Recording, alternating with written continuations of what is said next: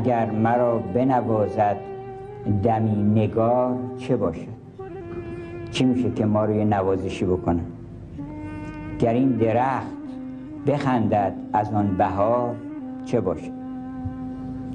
شکار خسته اویم به تیر غمزه جادو، اگر به مهر بپرسد که ای شکار چه باشد؟ چو کاسه بر سر آبم ز بیقراری عشقش، اگر رسم به لب یار کوزه وار چه باشد؟ کنار خاک ز اشکم ز لعل و گوهر پر شد، اگر دمی بگشاید مرا کنار چه باشد؟ تا اینجا شکوه میکنه که چرا نمیکنی؟ چرا یک آغوشت به روی ما باز نیست؟ چرا لطفی محبتی نمیکنی؟ بعد بگفت چیست شکایت؟ چرا انقدر شکایت میکنی؟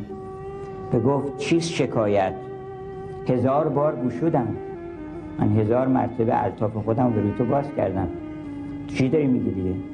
خب قاعدتا باید عاشق جا بزنه و بگه که ببخشید من 1000 بار گشودیم دیگه. حالا چه جواب میده مولانا؟ بگفت چیست شکایت؟ 1000 بار گشودم، ز آب ماهی جان را 1000 بار چه باشه؟ 1000 بار به چه درد ماهی میخوره؟ بگم من 1000 دفعه انداختم تو آب، 100,000 دفعه هم به فایده نه، دائم باید بشه.